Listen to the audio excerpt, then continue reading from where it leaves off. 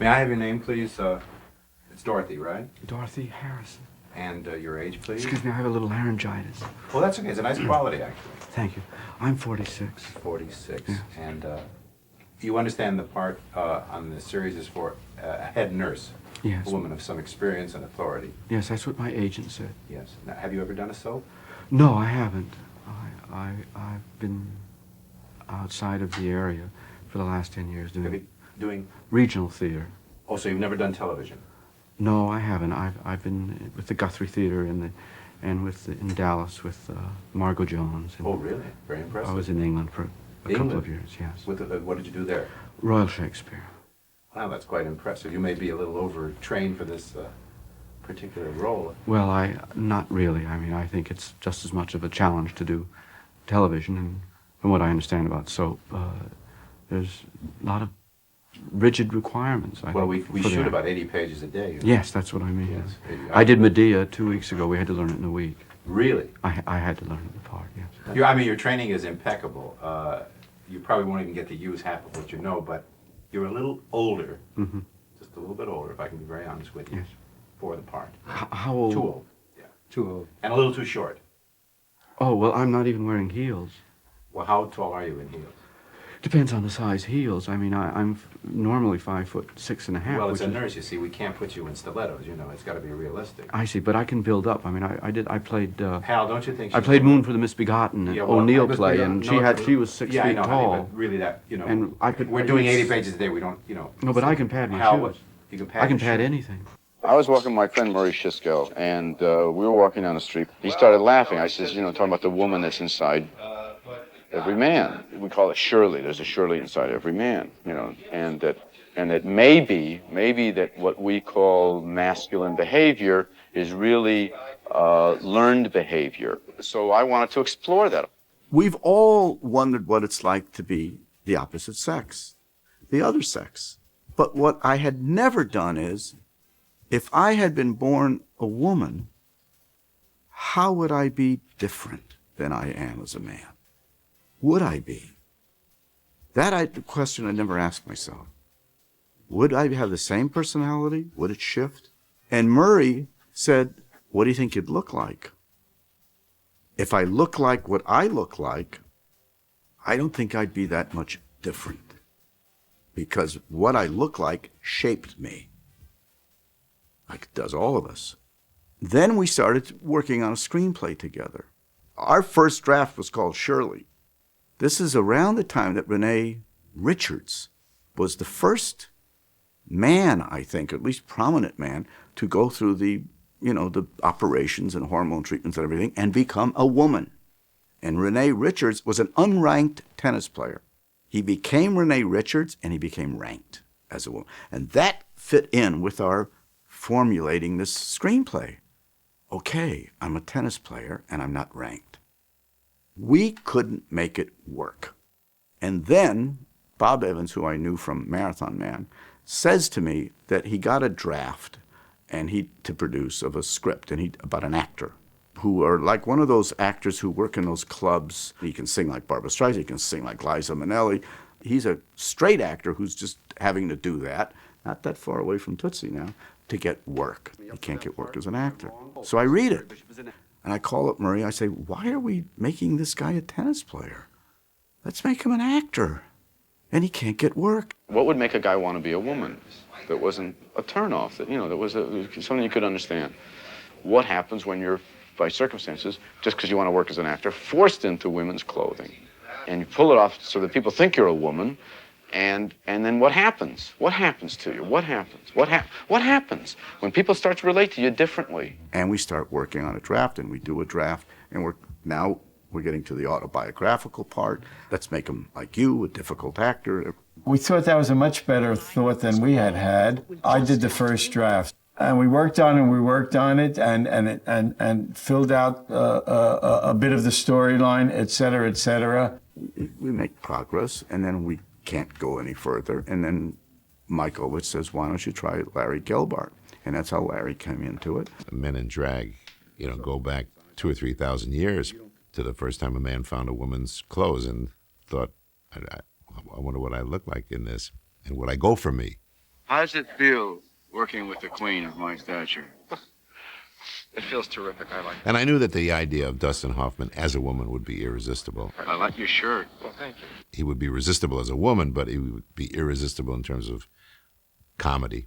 And I worked with Larry, and we had terrific improvisations and work. We met almost daily for almost a year, not even thinking about sitting down and writing, but just getting it clear in our heads what this movie was and some sort of sequence of events. I mean, we explored a lot of ways to go. I think Dustin was most comfortable, and rightly so, with playing an actor not even on the brink of disappearance, perhaps, you know. And he'd had a lot of that in his own life, so it was close to him. We say to Columbia, spend money. Spend money. Take the chance. Give us screen tests. Hire Dick Smith. And if at the end of the day we'll put a cap on it, you know, after a year or 8 months, whatever it was, if I feel that I don't look like a woman, I don't want to do it. I don't want to do it if the audience is going to have to suspend their belief. I don't want to do falsetto. And the only reason, like Some Like It Hot, and the only reason I don't want to do that is because they did it.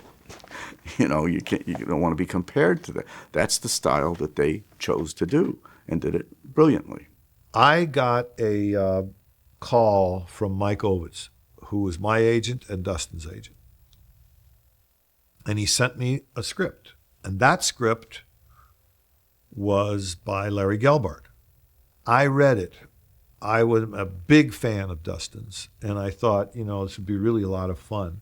But my problem with it, and maybe it's because I'm not essentially a comedy director, was I kept looking for the meat and saying, well, okay, I don't think I know how to sustain this one joke. It gets quite complicated because complications befall him.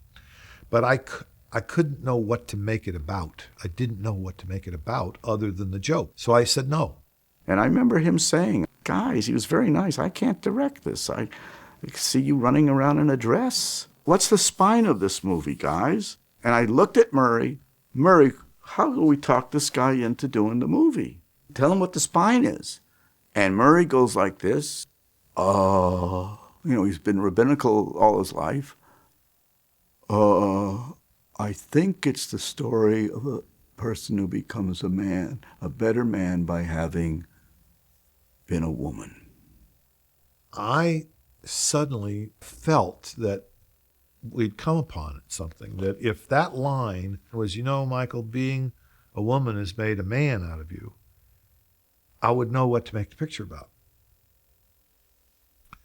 So we started to rethink the picture on that basis. This is a story about a man who becomes a better man by imitating a woman. So now certain questions you can ask. In what way does he become a better man? And that makes you say, well, in what way is he not a good man to start with? So now you can dramatize that. And now you have a sort of a path to go, and it starts to be in the service of something instead of just funny, instead of just jokes. Sidney called me at one point and said, how you doing on The Voice? And I was saying, I'm not doing great. And I had learned that men have thicker vocal cords. It is the thickness of the vocal cord, apparently, that has to do with the timbre of the voice. I then was told there's I don't know if she's called a speech therapist or something like that, a woman that taught at UCLA, and I found her. She said, it is that thing that women know. When women are trying to get their way or make a point without being threatening to the man, women tend to do this. They end every sentence almost as if it's a question, even if it isn't. In other words, she says, we're showing respect to the man. And she says, and women are probably doing it not even consciously. Don't be threatened. Could I say something? That's always the subtext. I think I have an idea. May I speak? So it's up. Dustin turned one idea on its head. We accept far more readily a positive man, a confident man, a man who maybe is perhaps even arrogant, you know, but a woman who's that positive, a woman who is that strong, generally becomes a threat to us. Larry did really a super job of following the kind of structure that we all worked out but I didn't think it was there yet. Larry Gelbart is an extraordinary writer, and he can really make you laugh. But I felt I'd gotten the best from Larry that I was going to get, and that maybe it would come back to him, but maybe get a female point of view on this and get these women characters polished a little bit. And so I went to Elaine May. And Elaine May comes in, and she says, I'll tell you right now, you got to have a roommate. No, I don't want a roommate. A guy my age, I'm 39 years old. We have a birthday. I think he's 40. What 40-year-old straight guy has a male roommate? Come on, I've lived with girls since I came to New York. No, you got to have a male roommate because that's your shadow. I remember what she said. You have to have someone that you talk to. That's how we learn stuff. I don't want to have a male roommate at that age. Who would I be able to live with? Who would not bug me? And I happen to meet Bill Murray at some function, and he takes Lisa and I home. Lets us off at 11, and 2 in the morning we're still talking. And the next day I say, I would live with Bill Murray. Yeah, we could get on. I call Bill Murray up. I start telling him about the movie, and in the middle of it, he says, yeah, I'll do it. Like that. And then Elaine May says, I'm writing this other part for Teri Garr, so you better cast her. Literally said that. And she's going to be like a girlfriend. She got deeply into the Teri Garr character and got that neurotic girl. I had been living in New York and did a reading of some play of hers. And she told Sidney Pollack, there's only one person to play this part of Sandy, and that's Teri Garr. And then when I heard that, I went, well, then I just don't want it. And he had to talk me into it. Jessica I met at Harry's Bar in Century City. And I remember just sitting there. I'd never met her before. And I kept throwing glances at her. She was shy, and she didn't look at me directly. And I thought, my God, I've never seen anybody this beautiful. And I had seen a lot of, really beautiful women. And, of course, by the time Sidney met her, he just said, that's it. Jessica was somebody who I'll be grateful to my dying day because I talked her into doing this movie without a script. I remember going to see her. She was shooting Francis. And I said, look, I don't expect you to do this, but I'm desperate to have you do it, and I would be a fool if I didn't try to get you to do it. But I would understand completely you're saying no, because I can't show you there's nothing to read here. When we finished shooting Francis, Kim Stanley said to me, the best thing you can do now is do a comedy, which I thought was like kind of strange advice, but I understood what she was saying. But comedy wasn't really like up my alley. So, and then when this came up, I thought, well, maybe, it's shooting back in New York. I can go home, and I was convinced by Sidney after a while to do it. She was like a blossom. That was perfect for Dustin Hoffman, and here's this creature. Because I didn't have time to do a big, long love story where they stare into each other's eyes and get to know each other well. You had to take one look at her and be in love with her. Bam. Elaine, who is a genius, I think, really got into those ladies. She was just like the 4th of July. Boom, boom, boom, boom. Just, brilliant. Last minute decision. We'd been on it for 3 years. We couldn't find this stuff. She helped enormously with the sort of classical structure that got us to the point where these converging lines all start to come together. The series of lies start to add up so that this thing all becomes a jumble at the end. He falls in love with her. She tries to kiss her. The guy's singing a song below the window. The guy gives her the candy. The girl discovers, this was what we needed to do, and this was what Elaine helped with so much. This sort of escalating series of misunderstandings that kept topping each other. It became Fado, in a sense. It was farcical in its construct, but you don't play it as Fado. Sidney offered me the part of the agent. You're a tomato, I cast Dabney in my part. That's how I cast it originally. I said to him after an argument, I said, look at us arguing, Sidney. I said, you got to play the agent. And no, I can't act. I don't want to act. Dustin kept saying to me, "Where are the machine guns?" I said, "What are you talking about?" He said, "There's no machine guns. And Some Like It Hot, there's machine guns. That's why those guys put on the dress." I said, "Well, you can't, that's the only way you can get a job. You're never going to work again. Your agent says, Dabney Coleman says it, you mean?" I said, "Yeah." So, "Well, Dabney Coleman is a peer. Dabney Coleman tells me I'm not going to work again. I'm not going to put on the dress." I said, "I don't believe this conversation."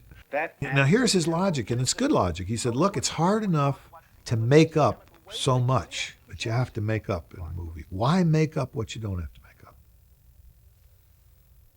If you say to me I'm never going to work again, maybe I'll put the dress on." I said, "I haven't acted in 20 years, and I hadn't.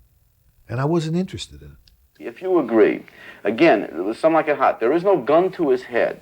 We keep working on the script and fighting and arguing creative stuff. So I get a call from Ovitz again saying, "He really wants you to play this part." I said, "Yeah, bullshit. I'm not playing this part. It's hard enough for me to just direct in this movie." Then I started getting roses, a dozen roses every day, with a sign saying, "Please be my agent, love, Dorothy." And finally I thought, well, I'm going to have a hell on my hands if I don't do this. So I agreed to do it. So it's his fault. I like to think that my roses did it. Some couple of months later, we get ready to do it, and he said, "By the way, you're not going to be playing the agent. I want you to play the director." First place, he wardrobed me like he would dress. That character I played dresses like Sidney dresses, a sharp dresser. And so I kind of, I don't know whether it's intentional or not, or just kind of slipped in, well, hell, he's got me dressed like him. I'll kind of do a Sidney Pollack kind of deal. Starts down now. Go to 1. Go back. 2. The idea of the way I should look, the costume, that was the hardest part.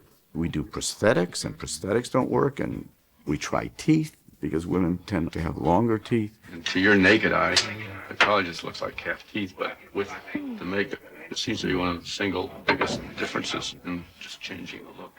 Women don't have a pronounced Adam's apple, so we picked then a costume that will cover that. Men have this, I call it the pithecanth eruptus, right in here, and women don't have it. So the glasses were a part of a way to get away from that. And to feminize me in the best possible way. And by putting those things on and pulling me up, wasn't to make me look younger, it was to feminize the face as much as possible. I want you to meet my fiance, Bobby. Bobby, this is America. That was the reason behind it. And then the wig would cover the painful rubber bands holding that tight. The breasts. Bigger than any girl I ever went out with. I mean, you take it serious. They got silicone for me. Right now we're holding on to the last vestiges of masculinity. So we do the costume first, and I'd say, now let's put breasts on. Go get some of the different costumes I'd wear. Oh no, that's too small. Come on, give me some breasts. No, that's not the scales. No, it's too large. Those look good, and they feel good. What size is that? And so it's a real decision. I mean, I don't want to stand out in terms of my breasts because I'm trying not to stand out, And the tremendous amount of time we had with the beard, because I would shave in the sauna, and it's the beard shadow. It doesn't matter how closely you shave. How do we get rid of that? We finally found a makeup we thought that covered it, and it took 3 hours, and it was like a thing to cover that, and then you had to cover the follicles, and you had to put something else on to cover that thing, and then it started coming apart. And when we tested it, it was standing still. See the amount of lights. The minute we started to walk, it doesn't look real. And walking in and out, if you don't hit the exact lighting right. You got to look at the old test because he had a really nice glow in the front of his face. This was a huge disagreement. And I looked like, I called it a Wes Craven movie. I said, I look green. Oh, don't worry. The crew's in there in Sydney. Everybody, it's not color corrected, whatever. The day after, I said, well, can't we get one? I mean, I was like shaking almost. 3 years had gone into it. Can't we get one color corrected? Yeah. When you want to get one color corrected, yeah. And we finally see it, and it still looks green. Everybody's nervous. We're already behind, and we're going to close down until we get it right. And that's big. That's expensive. And we shut down a week. Got a new makeup person, and we fixed it. It looked as good as the original static test where we said, hey, we solved it. And I heard when they showed it without sound, and the projectors before we started shooting, and the projectionist had said, oh, who's the actress? And that was so exciting because he thought it was a woman, and it was fun. We're in the Russian tea room. We go there for lunch first to see if I can pass, which I wanted to do. And I'm sitting there, and there's John Voight. I did Midnight Cowboy with him 15 years before, or whatever it is. I want to try to do it. And it's kind of dimly lit, the Russian tea. And I go there, and, excuse me, Mr. Voight, but I'm such a fan of yours. Oh, thank you very much. I did it. I beat him. It's really fun to fool people, man. It's fun. One of the first things he said about playing Dorothy, he realized for the first time that as a woman, he's very unattractive, and he never felt unattractive as a man. And that's a marvelous insight, because it shows that he's going through a learning experience in doing this role and discovering things about himself and his relationship to women that he would not have come upon otherwise. Coming home and saying to my wife, you know, if I met myself at a party, I know all the years I would try to, pick up girls, I would never come over to myself. And she says, why? I says, because I don't think I'm attractive. And then I did the work. In other words, I have to create a character. And I'm thinking Dorothy wants to work. She's an artist. I got emotional just even thinking about her. That's what I would do if I looked like her, if I was a woman. And I had to go through what women have to, because it hit me viscerally. I'd be on the set. A crew person came over and said, friends of mine are here. They don't know you're playing a woman. They actually want to see Jessica Lange, whatever. Can I introduce them and pretend like a Dorothy? And I did, and got away with it.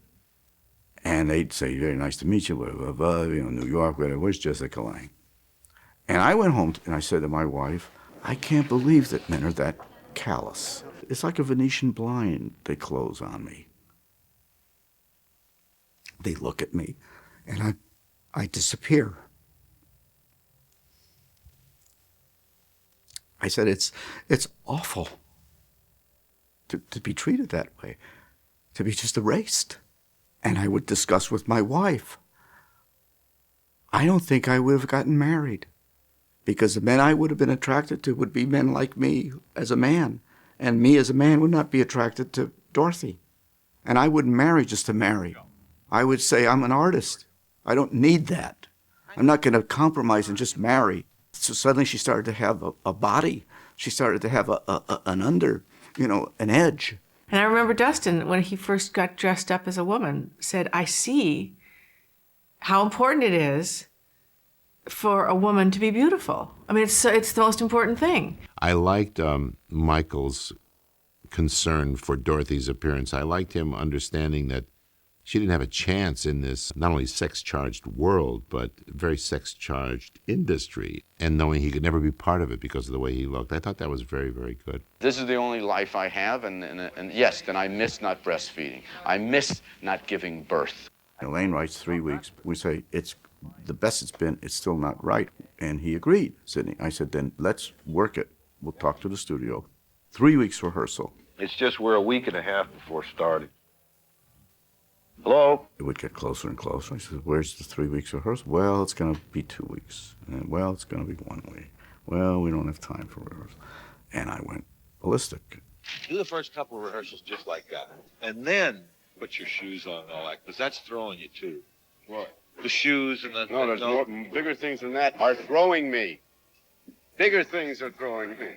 It took us a period, I believe, of 3 years, if I'm not mistaken, before it was actually shot. When they started to shoot, Dusty asked me if I would come on board again and come to the set and work with him on things that he was still unhappy with and I felt could be looked at once again, et cetera, et cetera. So during the course of the shooting, Dusty and I would go over the script. He was in practically every scene, so that was our focus. However, his role and his scenes, and see if we could better what was on the page. I says, we're going to be meeting every day. You're going to have your people. I'm going to have Murray.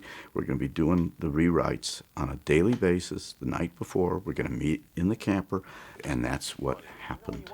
The next morning before they started shooting, if Dusty had any ideas about the scene they were going to shoot, that's when he would approach it. You can't get it set up. No, So I disagree. why? Why? Because I've already committed the. I mean, it's hard to do. See, you know what's hard about movies is that you got to start it in 2 weeks, and you don't really have the time to work on it. So this is you have to do it this way. So you have to be right. In other words, you have to be right the first time. If you're not right the first time, you're dead. The fights were usually early in the morning when we first came in about content. And once we got past that, and we always did get past it, the work went pretty smoothly. So to me, once I commit the act, Dusty, of necessity, has to collaborate with his director. He cannot be told to do what he does not feel in his gut is the right moves to make, whether it has to do with dialogue, whether it has to do with behavior, whether it has to do with dimensionalizing the character, whatever it is. Once he gets that thing, and once it's rolling, he's the most wonderful guy in the world to work with. you have a guy that is impulsive. He's impulsive at the beginning. He wants to go to bed with a girl that he hasn't seen in a year just because he wants to. So right? I know you're going to say that why does he not tell her he's a man here? Yes, he puts on a dress impulsively. He does things impulsively. Okay, That's that the we got to character. do. That we have to make work somehow. We have to make it work that you don't admit it here, otherwise we got no ending. Okay, agreed.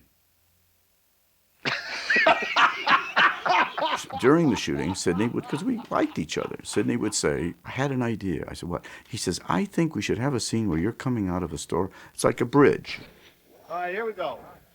You're coming out of a department store, and you've got your dresses, you know, your Dorsey, you got all this stuff that you bought, and you see a cab, and you start to go for it, and some little guy, like a Woody Allen type, you know, steals it from you, and there's nothing you can do about it. He says, then I want to go in and put the camera right here, so you can see what it feels like to be a woman. And I said, okay. I always would say, okay, yeah, okay. It was a week away or whatever. And then every day I'd be waking up some night saying, something's wrong. What is wrong? I don't know, so I wouldn't say anything. And then finally it hit me. And I said, Sidney, there's something wrong with it. I says, well, sure, I can get a sense of what a woman feels like to be beat out by a guy, let's say. But I'm not a woman. And I'm not on the show. So I'll say, excuse me, that's mine, pa. But at a certain point, I'll say, get out of the cab, because I don't have to worry about blowing my cover. And I said, that's what I would do. And that was where the term freebie came into being. Let me get what I want, he said, and then I'll give you a freebie. That's one take.